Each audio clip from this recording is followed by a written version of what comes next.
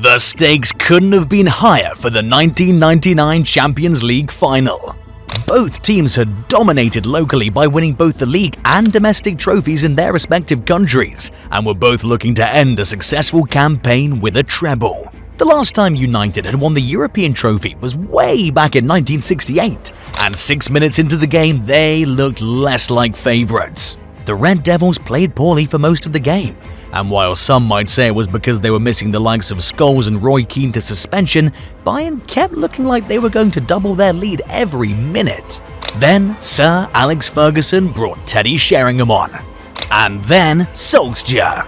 Sir Alex's two subs brought some much-needed fire to the attack, and in the 90th minute it happened.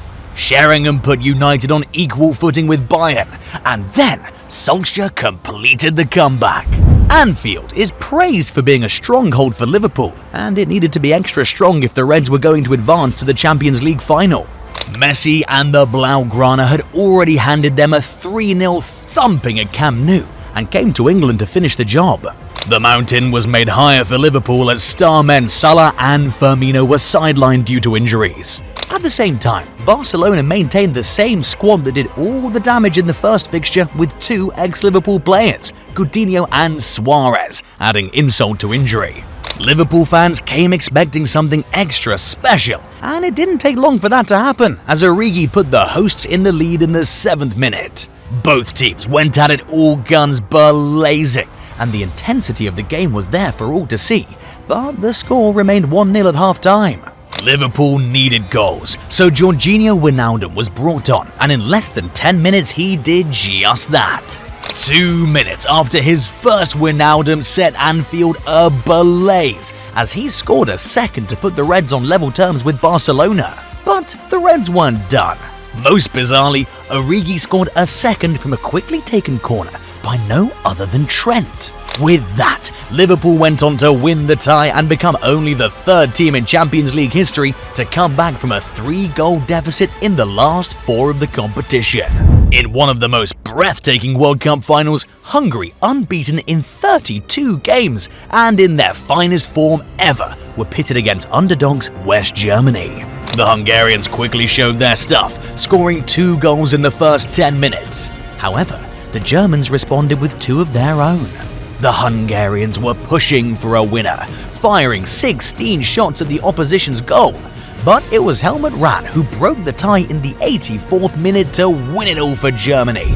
AC Milan were on a march to win back-to-back titles. They'd performed brilliantly in the group stages, breezing through the round of 16, and were pitted against Spanish side Deportivo. Things looked bleak for Deportivo as they lost 4-1 in the first leg.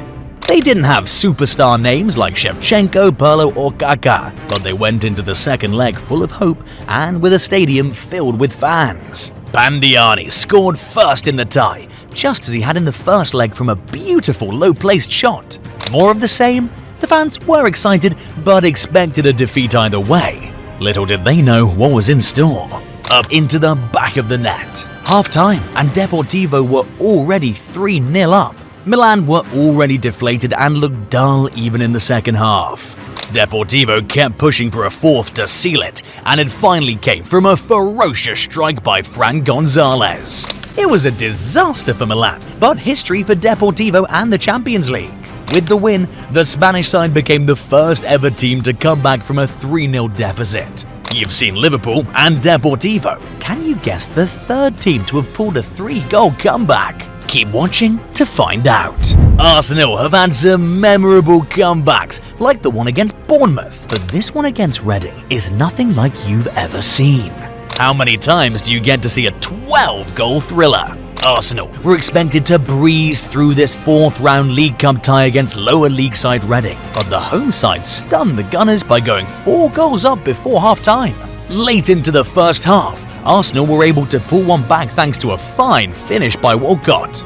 We can only imagine what Wenger said to the team during the halftime break, because when both sides returned for the second half, the Gunners looked like a different team.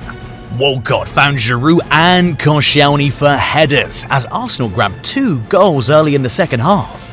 With the scoreline at 4-3 and Arsenal mounting pressure, It was only a matter of time before a fourth Arsenal attempt found the back of the net.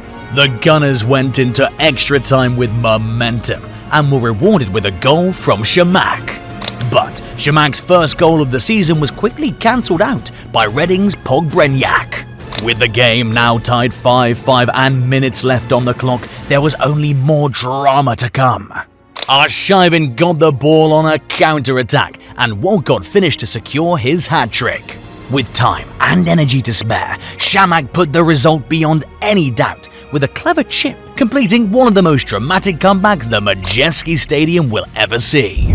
Match day 38 in the Premier League is always filled with drama, but no other match comes close to this. The race for the Premier League title was fierce that season, with City needing a win to top rivals Manchester United and the rest of England. For their final game, they faced Queen's Park Rangers. A loss for them would see them relegated, and the stakes, while different for both teams, couldn't be higher. Manchester City's Zabaleta was the first to find the net, and it looked like it was going to be another sunny day at the Etihad. With their backs against the wall, QPR quickly found a leveller through Cease's powerful strike. Unfazed, City continued mounting pressure in the second half, when Joey Barton lost his head and was sent off. 10 men down, City could cruise to victory, or so we thought. With a pass here and a beautiful cross there, Mackie sent QPR to paradise with a wonderful header. 2-1, game on. Minutes passed and City started getting desperate. United had won their last match against Sunderland, meaning City needed all 3 points to steal the league title. With less than 5 minutes on the clock, City won a corner kick. Silva found Dzeko and the Etihad fans started believing again. Could this be their moment? With seconds left in injury time, City mounted one final attack. And who would the chance fall to but their top goal scorer, Aguero? A feint and a shot. City completed the most important comeback in their history to lift the Premier League trophy and send QPR to the Championship division. Did you know that was also Balotelli's only ever Premier League assist? How crucial! With the likes of Beckham, Scholes and Van Nistelrooy donning the Red Devils badge, Tottenham was armed to the teeth to flip the script and hand United a memorable defeat. With Spurs leading 3-0 at half-time, United's defeat looked set in stone. Until United pulled 3 back with less than 20 minutes on the clock and went on to score a fourth 5 minutes later, to the horror of the Spurs team and fans.